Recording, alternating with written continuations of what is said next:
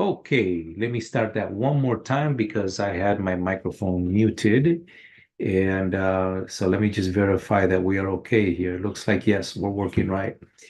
Um, look, uh, technical difficulties, not really. It's just that, um, what happens is when you're nervous and it's all new, not nervous. It's just that it's new equipment. I forgot I put it on mute. Okay, let me start that one more time because I had my microphone muted. And so let me just verify that we are okay here. Looks like, yes, we're working right. Um, look, technical difficulties, not really. It's just that, okay, so um, that's okay.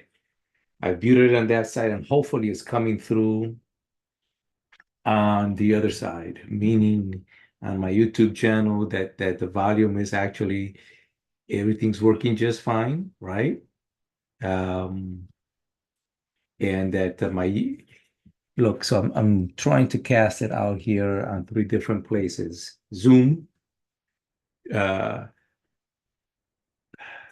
Facebook, and YouTube all at one time. Okay, and it looks like we don't have it. When we select my speaker is, okay, we're good there. Testing 1, 2, 3. Here we go. Testing 1, 2, 3, and I hope it's not muted.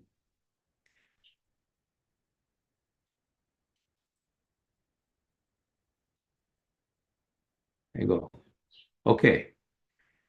Oof. This is quite a chore. Okay.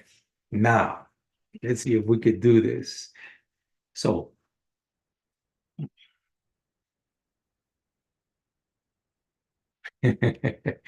I love when the system works. I love when everything is operating, and I have a double check that yes, my microphone is working. We are recording, and everything's good to go. It's a lot of fun. So, as I was saying earlier, in what happens is this, okay? 30 years ago, no, not even. I'm 57, okay? And when I was 9 years old, so, you know, almost 47 years ago, 46 years ago, right? I remember standing and saying to heaven, to the mind of a 9-year-old, I want to be a good father like you. I want to be a father like you. Is that what I told creation? And less than a year, what seemed to be a lifetime at that time, a year later, my dad is leaving my mom, and he's telling me that I'm the man of the house. So I become the authority in charge over five sisters. I had no idea what that was, but I took on the duty.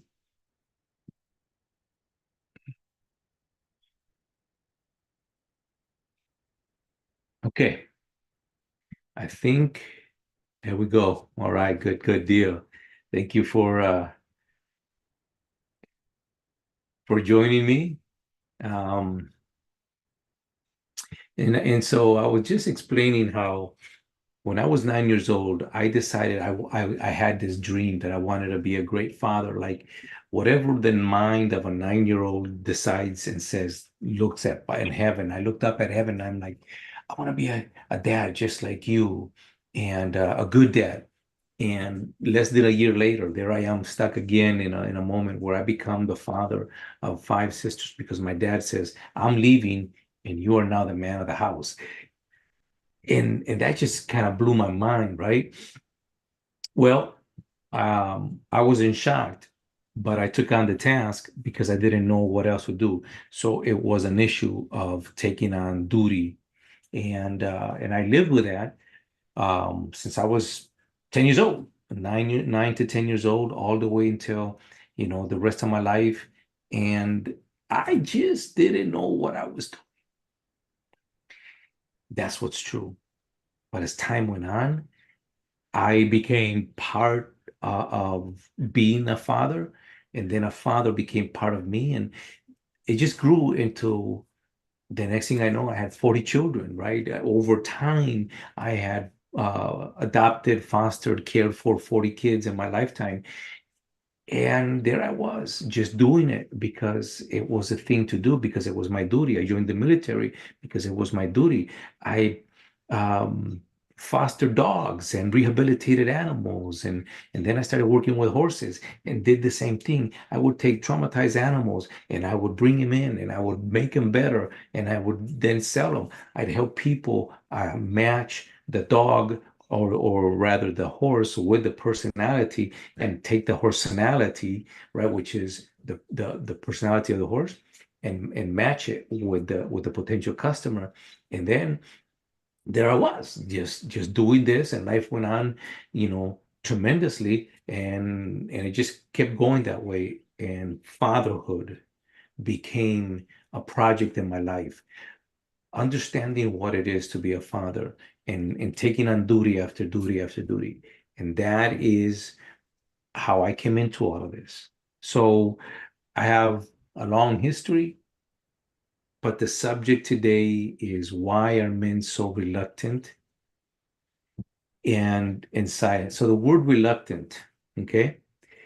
Reluctant is by definition or by etymology is a refusal or rebellion against your duty.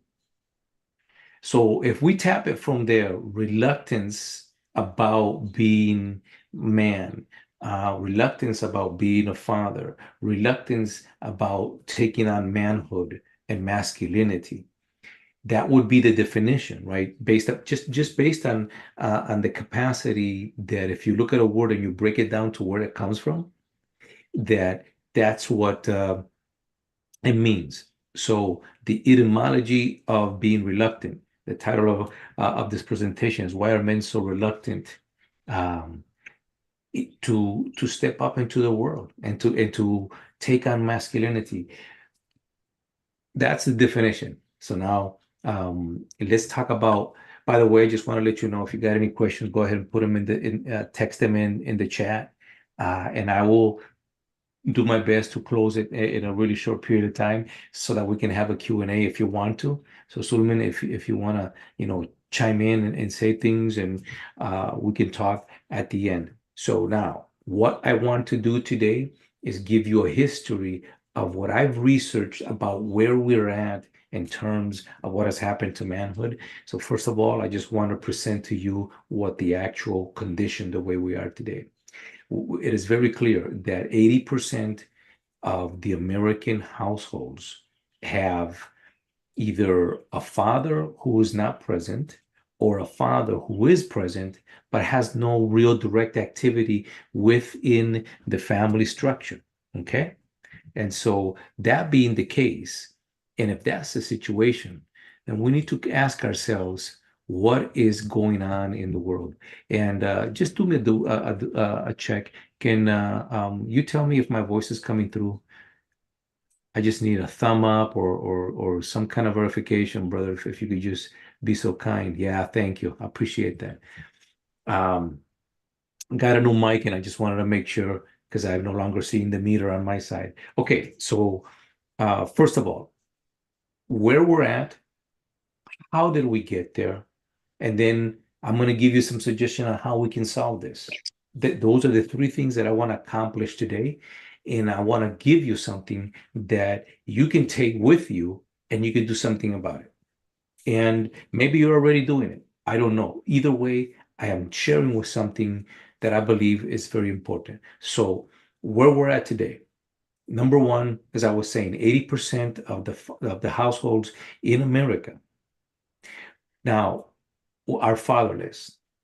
Number one, fatherless, defined by me, means that the father is present, but he is collapsed man. A collapsed man is a man who is there, maybe have a job, doesn't have a job, but he is not an authentic masculine, and he's not imbuing into his children, into his wife, into the community and the world at large, his presence.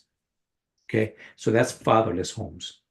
And so 80% of the homes are now just women and the fathers. But you see, it's not because fathers don't want to, it's because a lot of the jobs for men take you away from the house, right? And they keep you away. So if you want to make more money, you have to travel further. I was one of those guys. I was a field service engineer, and so I had to travel across the country in order to be able to make the kind of money that I needed to support my family. I had a farm, I had horses, and either I was working far away, and when I was home, I was working in the farm, trying to take care of other things that nobody else could because my kids were young. So this is a very real situation. That's the other part is that the court systems in America make sure that divorced parents, the fathers are not the ones directly involved. Again, look, I've that has happened to me, um, and it hasn't just once, but I tried marriage a second time and it happened again. See, women are allowed in this system to accuse a man, and then the man has to defend himself, and he's treated as guilty before he's treated as innocent. Even though the law says that you are expected to be given the right to be treated as you're innocent, the fact is that that's not the case. Not in my case, and not of hundreds of men that I've talked to, police officers, psychiatrists, psychologists, well-to-do men, attorneys that have gotten a divorce have also suffered the same condition, that it doesn't matter whether you have money or not. If you're a man, the attack is against your position in the house. That's the reality. Okay. So now, that being said, you know, um, we need to consider that what's happening is a very real situation. Okay, we cannot just say, we cannot ignore the reality of where we're at today. Now, when that vacuum of men that are reluctant to be authentic, what happens with them? Well, they go somewhere, and I can give you a list. MGTOW, men going their own way, is a group of men that came out just before COVID, and these are angry men that are angry at women, and they're going their own way. So they're saying, we don't want women. Look, this group of people are so weird that some of them literally buy a mannequin, and some of them buy a whole family of mannequins, like if airfield, that are supposed to be life size, and they'll put them in the room, in the house, in their apartment. One guy had five of them, all different colors, and he boasted that he had five different dates throughout the week. That's weird. Some of these guys are a bunch of homosexuals that have gotten together, and they're angry at women, and so now they become lovers with each other, and they they speak against women, and they do things as masculine, but at the same time they're homosexuals. It's just a group of people. Okay. um so there's other men that are just angry, period. Okay. And you can't tell them any other thing. So that's another group. Then there are others that hate themselves enough where they want to change their bodies and they want to look like a woman. Um, and so now let me get back to statistics. Just this is a true stats that's been on and on and on. Okay.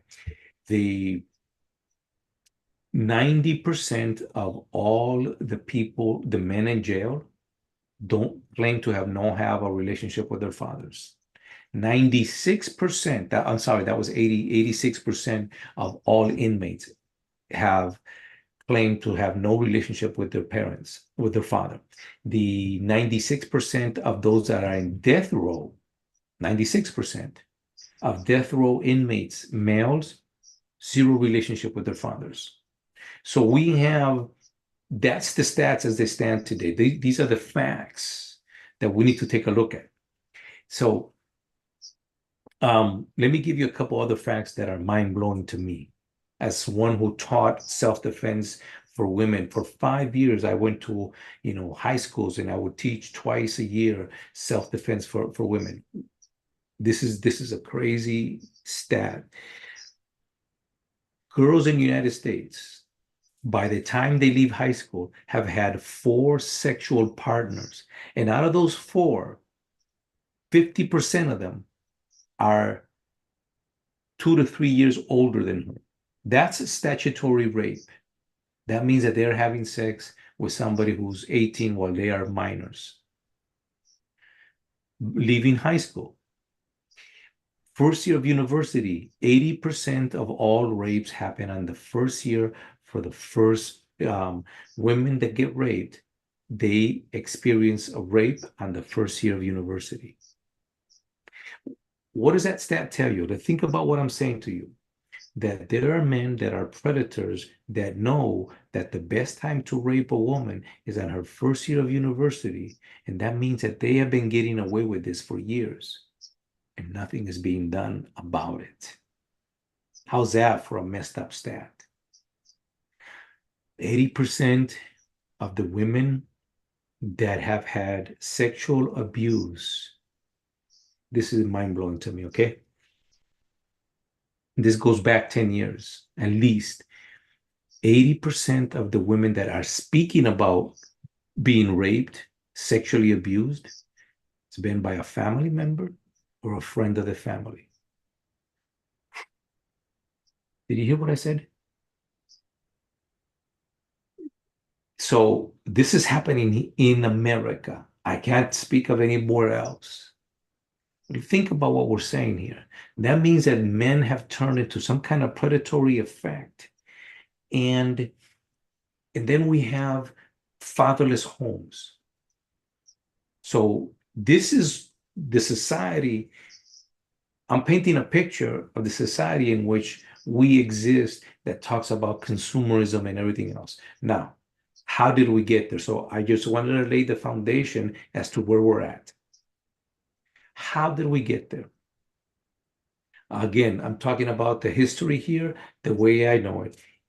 Traditionally, men did the work, did the trading and everything else, and then they brought money home, and the woman took care of the house, took care of the children. And so that went on for thousands of years in most countries, okay? In some of the Native American communities, the government was ran by women, it was matriarch, but the men still did the work, okay? So it wasn't like they were the ones in charge and going out there. They were at home and they were decision makers, and then but the men were out there doing the work. Why is that important to know? Because today in society, they're trying to change those roles and say, yeah, you know what? That's all flexible and it's all fluid and we can just change it. Can we? And to what benefit? And where's the proof that that works? Okay. So if this is about the reluctancy of men, why are we so quiet? And now I'm going to tell you historically how we got here. So we have wars, and wars were fought by men, not by women. Men would come back from wars, traumatized, tortured, and feeling less manly, not more manly.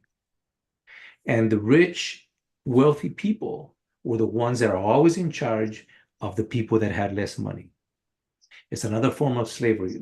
Wars are an economic function of a system called a government that uses its resources, its human resources, to go and extract more money and economy or resources from another country. This is what war is. And in World War I, governments got together and said, okay, we're going to have a fight against this particular country. What are you going to get and what am I going to get before we get inside the war? Look at history, okay? Don't just take my word for it. But that's exactly what happened in World War One. And look, World War One began over the assassination of one man, and then a family followed, right? And so we get involved, the countries get involved, peace is established, And they are called the Great Generation. In America, they're called the Great Generation because they are the people that went and won the war, the World War One.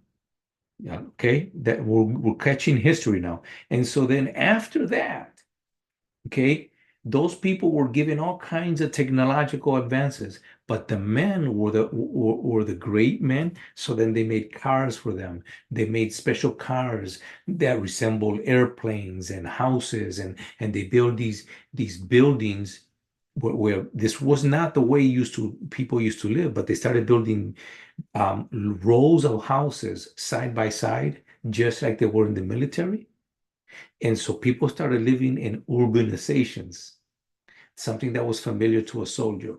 They gave these people the status of a job to build so that there would never be another war. They build ships and they build these structures and all this stuff. And that was armament to, in case something happens, we will build, we'll look stronger and more muscular than the other country. So they went and they did that. Then they started to build roads.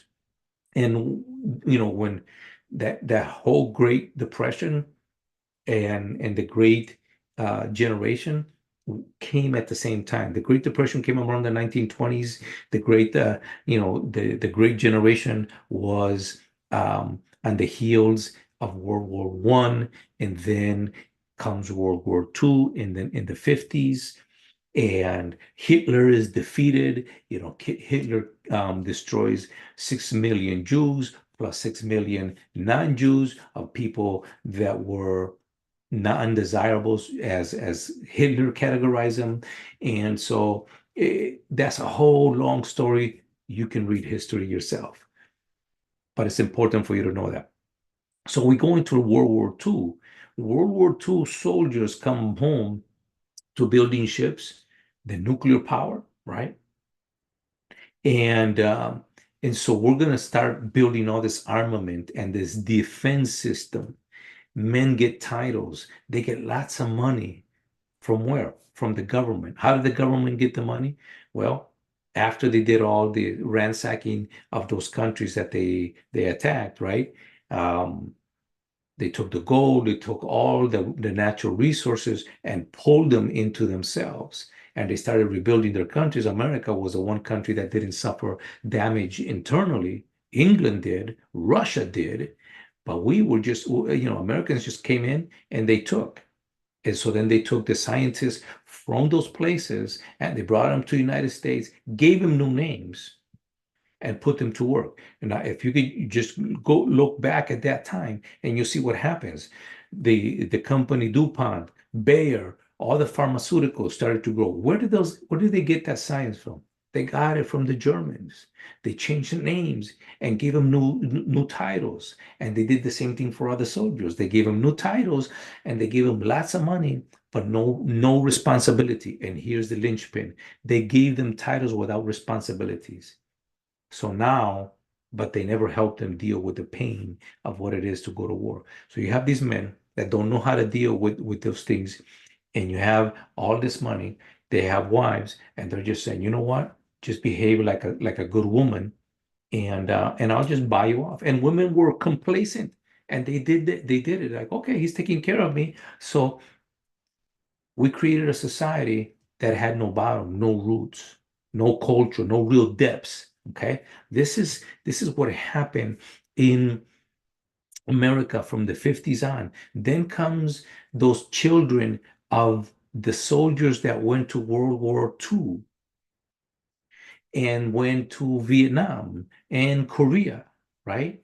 And so Vietnam kicks in around the 60s, and now everybody's angry at the war because they had grown up with men that were not in a condition where they could actually fight. They didn't know how to fight the internal war. You know what happened? History, okay? This is just history. This is what takes place. Now, in that condition, in that position, a society is growing, children are growing under this condition, and you know what happens?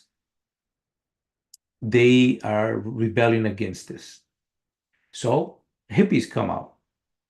Hippies come out and everybody wants to be loved and good, but because they are not okay, so the hippies show up, but you remember these are the children that grew up under traumatized men, and they're rebelling against the system. Why did they rebel? That's a different story that I want to cover. I'm just giving you a brief on history. So they rebelled, and the men that come back from Vietnam and Korea are not accepted. It's under you need to understand that what happened in one moment in Vietnam, I'm just going to cover it really quick. This is horrendous. They walk into a village, a company walks into a village, and they decimate everybody. They kill everybody, women and children and animals. They go into rape and everything else. And almost everybody agreed to doing this. And the reason for their excuse is because they deserved it. They took the dignity away from humanity. You see, these were the men that had grown under their fathers from World War II. And the fathers didn't know how to talk about it because nobody helped them. Their fathers had grown under the system of consumerism. They were given all this stuff and they were told, buy a house, get a wife, and have children, and then pay for it with no purpose. So that's the 60s. And then the 70s come in and they start to rebuild America. America didn't need to be rebuilt. But we're just going to rebuild what? Well, we're going to put roads everywhere. We're going to do this, and everybody should have a TV and everybody should have a car. Consumerism.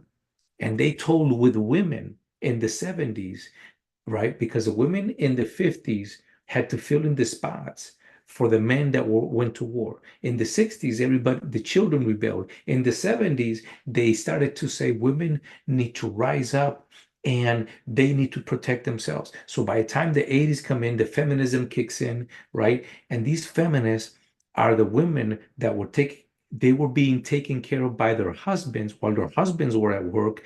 These were the women that had the opportunity to go to the courts and lobby and do all that stuff.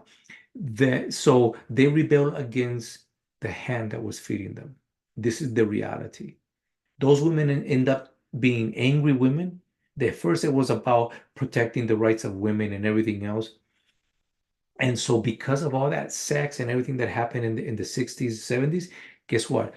Let's give women the freedom to make their own choices over their body. Not that they had entered into a contract with a man, meaning 50% of the rights to that child was also part of the man. No, let's give it 100% to the women.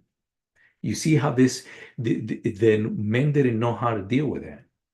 And out of convenience, men were like, you know what? Then it's a less mouth to feed. And over the last 20 years, we have been assassinating and destroying children at the rate of 1 million per year. That is a lot of children. I'm just giving you the facts, okay? So now everybody that is born from the 70s this way to now are survivors of an attack from inside the womb. Think about that. That's traumatizing to a whole society. And so then they said, everybody has their own truth. This was in the 80s. And then, you know what? Seek your own truth. And, kids, you have rights to speak your own. You don't have to follow your parents. And you should report your parents if they do this and if they do that. And so they turned the children against the parents. They removed God out of the church, out of the, what do you call it? The school system. They removed God, the Ten Commandments, out of the courts, and then they removed God from the education system to the point where they're like, you know what, it cannot be in government. So it became in the 80s and 90s, it became illegal for you to talk about how much money you made, the religion that you believed in, your spirituality, okay? And so in the military, it was, I think it was don't tell. I can't remember what the policy was. The bottom line is of the things that are more important to people, which is who are you? What do you believe in? Your personal belief, your spirituality, and your lifestyle were the things that say that you couldn't talk about. You get fired for that stuff in America. Look, I want you to see the platform. How did we come to where we're at today? And then comes COVID. Now everybody's afraid of speaking the truth because they're afraid that their money's going to be taken away, right? Look, the churches have failed just about every organization. During COVID, there wasn't one particular religious organization that could say, yeah, we've always believed that God is our healer and da da da, da, and therefore we kept our doors open. All the churches, all the religious organizations, they shut down. They're obeying a higher power, and it's not a God, whatever the name is. I'm not arguing for pro-Muslim, against Jews, pro-Jews, Christians, against no, none of that stuff. I'm simply saying, tell me the organization that stayed open and said to the government, you cannot come in here and tell us what to do. It didn't happen. This is the reality. Okay. So now we come to a point where they told us in America, sign the benefits package, and everybody's going to get health. Don't read it. Then they told us wear the masks, even though a mask was not proof that it could save you against COVID. And now that has been proven that it was not even 100% true. It was proven that the mask never worked, and because it never worked. The CDC never said that they have positive proof that it was working. And so the organizations and the Constitution of the United States has been under attack. And now we come to the present. In the present, what we have is men who are passive. Boys in the last 10 years are, as the teachers, are growing up with more emotional instability than the girls. In the last 10 years, the United States has had to open across all of the states centers for women that are under, young ladies that are underage, that are violent and criminal. They never had to do that before. So I'm throwing a lot of facts at you because I'm trying to get somewhere. Okay. And so you're absolutely right, my brother. Boys today don't have a role model. As a matter of fact, boys have been accused because if a boy plays rough, right, king of the hill, which is natural for a boy, they get treated like they did something wrong. You know what they do is they over chemical medicate these children, these boys, and they say that they're dangerous and that they have ADD, and so it's been a very long attack. There are no real role models, and that's where the problem is. Pick one. President, actors, whew, right? Religious leaders. Where is a positive man?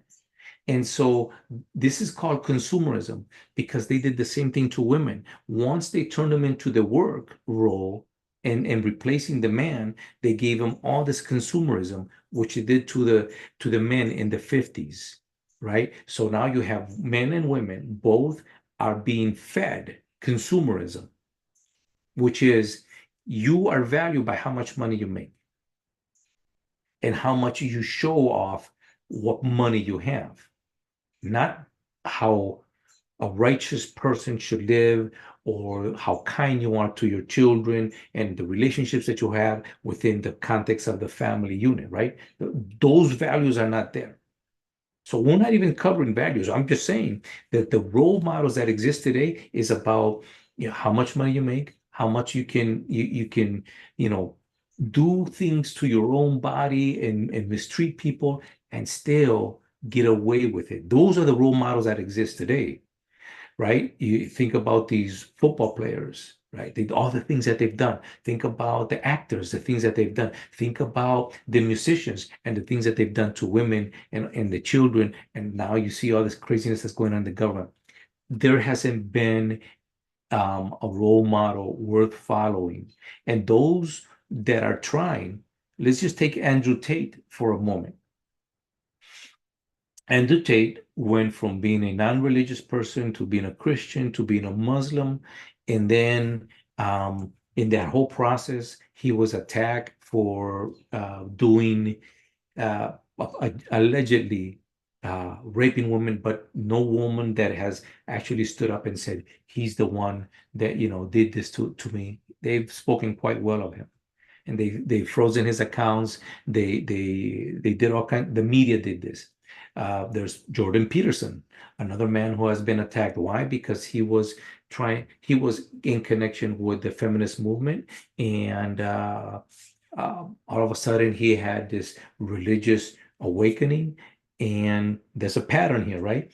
And so then they attacked him. He went through some very sick conditions, and his wife, and so there it is again. So when there is a man who tries to stand up to be a role model, they're being attacked. And then that question stays in the public arena. I don't know Andrew Tate's lifestyle personally, so I can't speak about it. We are friends on Facebook, but that's about it. I don't know Jordan Peterson personally. I can only tell you what I've heard about.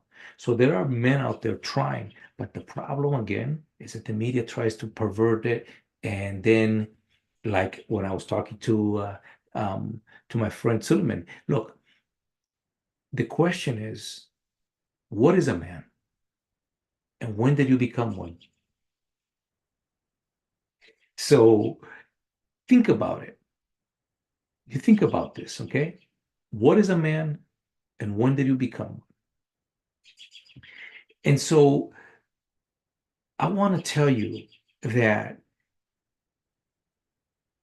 if you don't know how to answer that clearly, it's because you don't have a clear definition of what masculinity is. I've asked this question for 30 years, and I've shared it with women. And you know what else? Women don't have a clue of what they're looking for because they're not sure what a man is. I'm not trying to define womanhood because it's not my space, but we can define manhood because that's my space. I understand that.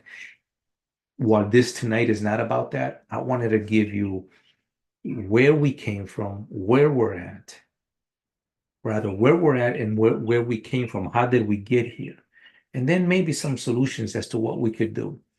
You know, again, I do like a lot of things that Andrew Tate stands for, and he is helping men get into a powerful role model. Um, eh, it's not all together there, okay? Not yet, but he's doing some good. And he's teaching men not to be so emotional, but to be strong in themselves and to step up into certain roles. But that's not enough. Jordan Peterson talks about being soft and being, dangerous. And then he talks about being, in his case, he talks about Christianity. So you got Jordan Peterson talking about spirituality from a Christian position. You have Andrew Tate talking about spirituality from a Muslim position, and he says he's new to it. And then you have men like Patrick Ben David. He's also a Christian talking about masculinity as well. Don't get me wrong, there's a lot of men out there trying to address it, but nobody has really taken the full time to understand it because masculinity being muscle bound and being manly, whatever that may seem, and it's not that it's vague. We know what manliness is, that you're tough, that you work out, that you know self-defense, that you work hard, and that you're not aggressive or violent. What you are is you're assertive. That's masculinity. That's manliness and masculinity. But those are the tangible components that you look like somebody that can protect yourself and your family. There's the spiritual part, the intangible parts about masculinity that we have not yet addressed. And so do they all fall under religion, or does it all fall under a specific level of spirituality? I believe the second. It falls under a level of spirituality. And so to be A man, you both have to be centered in your animal essence. Be strong, be powerful, be ready to be able to defend while still being gentle and being receptive and being embracive and friendly and connected to other men, to have a brotherhood. The brotherhood is the intangible. Okay. Um, you know, I've asked this of many men too, in historically speaking, we don't have a role model of friends that had lived for a lifetime. Right now, the thing that comes the closest is the relationship in between Andrew Tate and his brother. Okay, so these two guys, one's a Christian and one's a Muslim, and they defend each other fiercely. And that is in the blood because they're brothers. I love the relationship in between these two guys. They both are well spoken. They both, have their own positions, and neither one of them is afraid to disagree with the other, but they don't do it by insulting each other. I love that.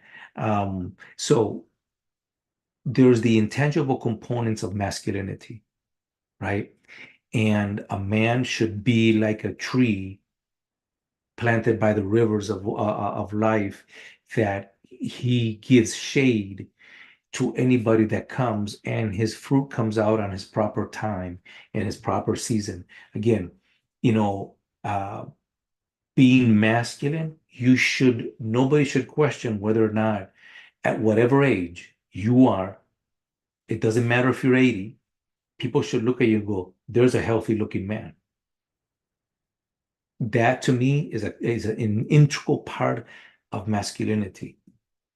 And so I'm not going to get into all the health, but I will tell you this, that the man that you're looking at today through the screen has been out of shape, has been paralyzed from the neck down, had my left side atrophiated, my left leg atrophiated, and so 5 herniated discs on my neck, 3 vertebrae in my lower back, and I am still able to surf, ride horses, and get in a boxing ring and spar with guys that are fighting at a professional level. This is to impress you, yes, but it's not just to impress you, but to tell you that I am living what I am saying to you. It doesn't matter what age you are, you should be able to hold your own space physically. You should be able to hold your own space mentally and emotionally. And a good man knows how to hold space for a woman, because women are a little bit more emotional. Therefore, that makes them more unstable in that sense. And a man should be able to stay in his center, not because men want to please, right? You know this. Men want to please. We want to please our wife. We want them to be happy. We want to please our children. We want them to be happy. But when do you take care of you? And how do you take care of you? You should have a loyalty to family members and to friends that understand you, that understand how you think and how you feel, to the power that you can say everything that you need to say, and they can say back to you, bro, you got your head up your butt. Oh, bro, you're right on. And you know what? You should walk with honor and dignity. So it was a quick little story, and to prove the point, what I think masculinity is all about. There was a man, his name was El Cid, and he lived in the 1600, okay? No, it wasn't 1600. It was in the 1400s. This was during the time in which the Spanish Armada was out there creating all kinds of wars, right? During the time of the Spanish conquest. So he had two daughters, and he was going to pass on. He was a great man of valor and fought, and he had all kinds of wars. So he wasn't just a man that knew how to command people, but he also, even though he was really good at that, he also was very wealthy, and he had been in many wars. So El Cid has two swords made to give to his new son-in-laws. And in both of the swords, he wrote the same inscription: No me saques sin razón y no me guardes con vergüenza. And what that means is the sword goes into a sheath and it says, do not take me out without a reason, and do not put me away in shame. So he sent to his sons-in-law a message about masculinity, a message about manhood, and a message about the kind of leaders he wanted them to be. And he wanted to capture and encapsulate in a moment of time. He gives them the sword. The sword is the man, the masculinity, and the sheath is the daughter, the woman. And so when they pull it out and they see it, and it says, you better have a reason so perfect that you're going to pull out this sword and you're going to execute it with the right judgment, but you will never put it away in shame. In other words, you're not going to, you know, what they call flashing or brandishing a weapon. Oh, stop it, or I'm going to use this. That's out of shame. Okay, so now I've given you a history. I've covered where we're at, and how we got here. How do we move forward?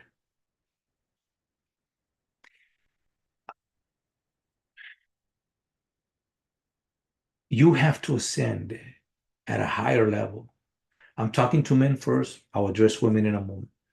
If you're a man, you have to ascend to a higher level of compassion and of self-love first. You have to heal that wounded child inside of you. If there is no role model, you need to find a way to become a man of honor and of strength. And you take your strength and you put it inside your honor always, so that you don't ever cross somebody's dignity. It's simple rules, right? Don't hurt yourself. Don't hurt others. And leave a legacy worthwhile following. 3 simple rules. That'll make you a man all day long. You don't need to know nothing else. If you follow those 3 rules, basic rules of life, look, you're ahead of the game. Okay. Do you need to make money? That's your decision. How much money? That's your decision. Okay. But you need to be of service in society in which whatever role you choose to be. And the other 4th component of the rules for manhood is be a master of one area. If you're the kind of guy that you say, I want to be a master in weightlifting and this, what is the one thing that only you can choose to do? Right? For example, let's say that I decide I want to do the world record doing push-ups or doing weighted push-ups or doing something, but you decide that's for you, and then you pursue it and you don't quit until you meet your goal. And if it takes you a lifetime, it'll make you a real man because you're pursuing that one single goal. Okay. I was paralyzed from the neck down. And it took me 25 years from the moment that I got paralyzed. And I decided at that moment while I was on the ground, and I'm not going to tell you the whole story, but it's a good one, and that I wanted to be back in the ring. That was 1998 when I suffered the accident. And it wasn't until 2023, February 22nd of 2023, when I walked into the ring and I fought 2 men for 2 rounds each, 2 separate men, and I stayed in the ring. Okay, so um, I hung in there for 4 rounds while the first one fought 2 rounds, left, and another guy came in fresh and fought 2 rounds, and then we were done for the night. I accomplished my goal. It took me 25 years to get there, but it was for me. And I've gained mastery over my body, over my mind, over my mindset, over my spirit, because I chose a direction that I said, this is for me. And let me tell you, I have done some crazy stuff in the process. I have fasted for 40 days. I have, spent hundreds and thousands of dollars in getting myself into shape. I have learned so much, all because I wanted to accomplish that one thing. Pick the thing that you're going to be a master over. Talking to men now. Okay. This is how we get there. But you now, when you get to that place, it changes you. I've become a softer, spiritual, and emotional man. I've become a better individual, easy to talk to, and not so afraid because I made that choice to walk down that path. Okay. So that's to men. To women, stop trying to blame others and take personal responsibility for your position. So if you want a man to take care of you and provide for you, you have to have some personal responsibility to be a responsible partner in that relationship. If you're a woman that wants to make your own money and everything else, you still need to take personal responsibility and stop expecting men to do things for you that you are not willing to do for yourself. And we have to have a place of dignity in between us where we stop accusing each other and say, well, it's women's fault or it's a man's fault. There's not enough men. Well, you know what? If you keep attacking men in the court system and you keep lying about men, and then we're going to get more of the same. We all have been victimized by the system, and this is where we need to stop this victimization. Um, and so I'm checking here both Facebook. I'm going to do a quick check and YouTube, see if anybody left me any comments there. And if you have anything, I'll open the mic and you are welcome to chime in, or you can just type a question. Okay. Right now, I have nobody in Facebook, and YouTube that has left a question. All right. Nobody in Facebook that's made a comment either. So, how do you become a role model? One of the questions. You first have to find and define manhood for yourself. And the reality is, this is a simple question, right? I gave you the basic three rules. Don't hurt yourself. Don't do anything that's harmful for your body. Don't hurt yourself. Don't do anything that's harmful to your mind. Don't hurt yourself. Don't do anything that's harmful to your emotions and to your spiritual existence. So that rule applies to that. The second one is don't hurt others. Don't steal the dignity, but be willing to defend and protect. And if you're going to defend and protect, that means that you must be willing to kill, that you must be willing to beat somebody.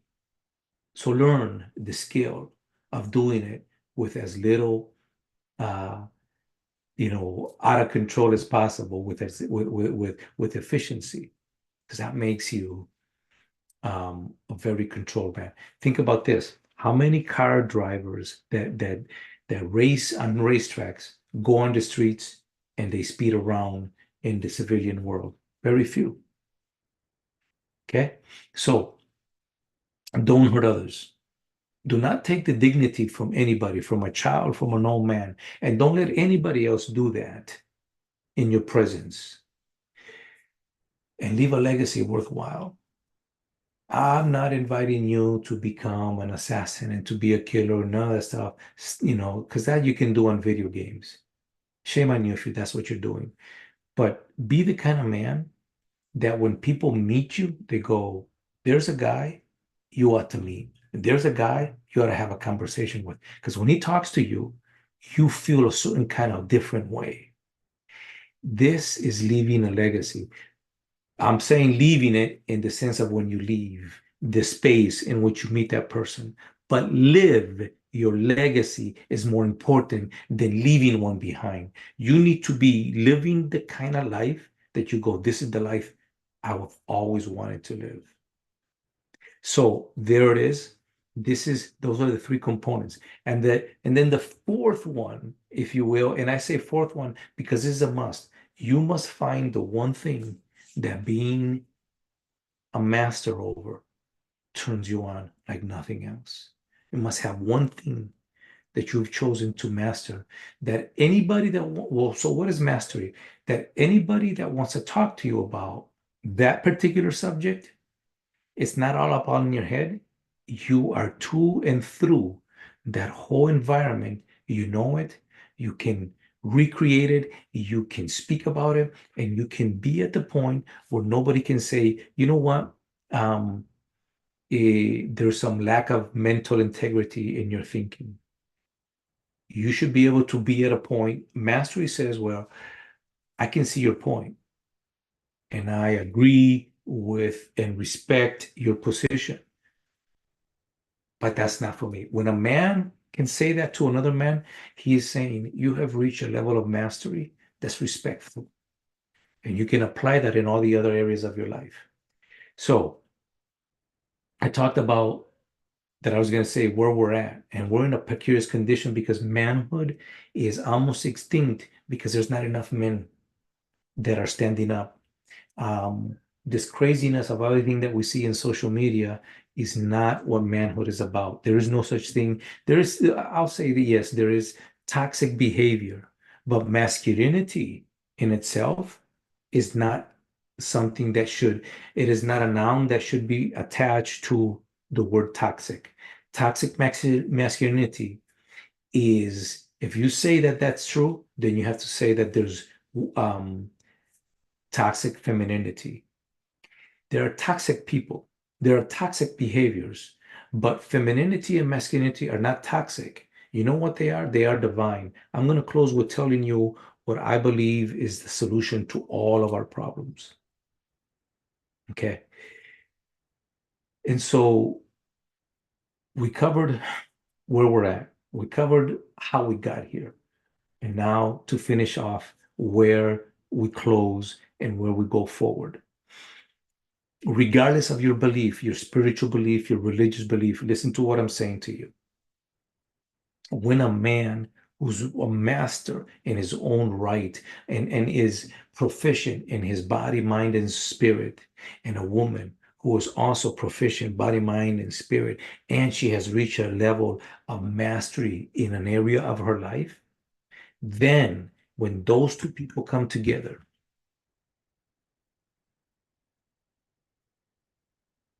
okay,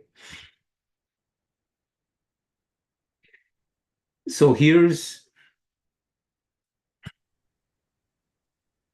my closing thought. When you have mastery in you reach those three levels, right? Don't hurt yourself, don't hurt others, and live the legacy, meaning be the master of your life, and you have that in a male and a female. They are fully capable of thinking in their own processes, even if they're a team where one is subservient to the other. And I don't mean it in a negative way, right? Because we all have that. Somebody has a boss, you're subservient to that boss. So those are roles that need to be discussed, and that's a private thing within a household. But when you have that, and when these two come together in the intimacy of love and the sacred connection in the home, that's intimacy, then when those two people come together, they create an aura of energy that comes out of not just within themselves, but emits energy across the world, and it begins to bring healing to our planet. The child that is born from that relationship will be a higher elevated human being. But here's the problem. Watch this, because this is a true statement. If you have not taken care of your body, and then you decide to have a wife, and your wife is in the same place, and neither one of you have done a full cleansing of your body and have not brought your body to the highest level of health and functionality, the child that you produce has a biochemistry and a lesser condition in terms of being optimal human. I have said this for many years, and I met only one couple in my lifetime that they both took 2 years to clean their body, cleanse themselves, do a detoxification, and then make a regimen of healthy eating together and working out before they got pregnant. That's powerful. Okay. So In the world, when people come together spiritually and they come into one unity, this is a creative energy that we can send out that energy that goes across. It's the best time to pray. It's the best time to meditate. It is the best time to make your request known to your partner. You do this and you're going to start seeing healing. How do I know this to be true? Dr. Emoto, who passed away in 2014, he put out this information because he discovered it through a series conditions where he came to New York and went to university, and they were talking about, you know, a Jewish university where they were talking about a specific scripture.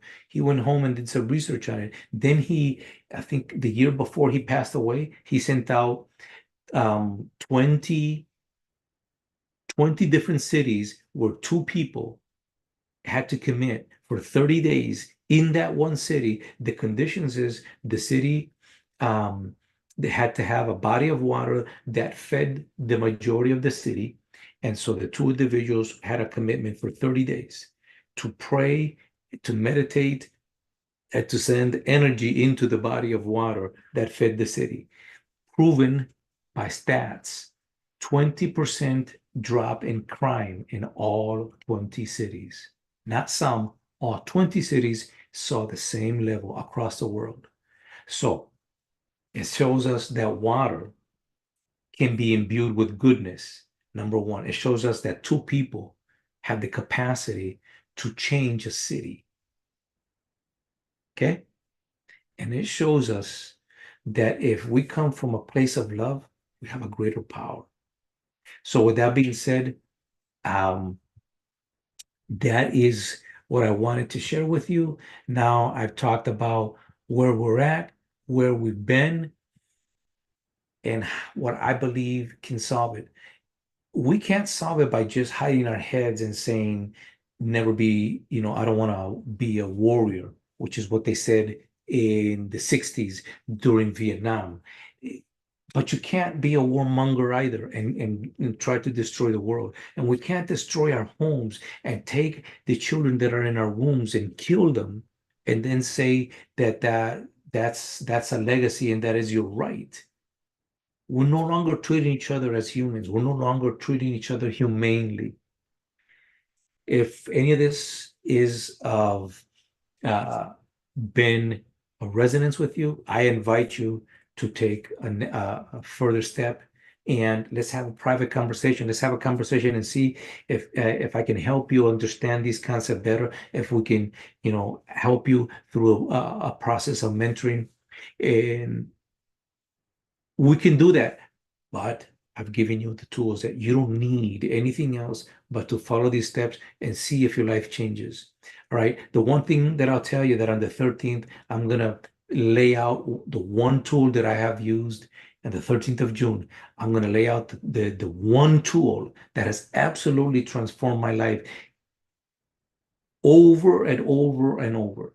It's the manifesto, and it's when you create your own, what happens is it'll change the universe, it'll change who you talk to, it'll change you because now you have a standard by which no one else can tell you it's their standard. It becomes yours and you will change and the universe will align with whatever you agree with.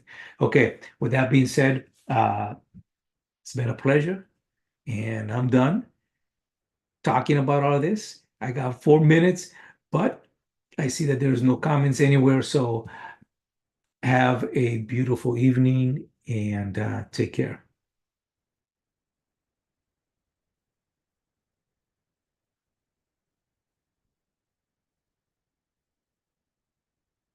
Being master. Okay. I'm going to finish this.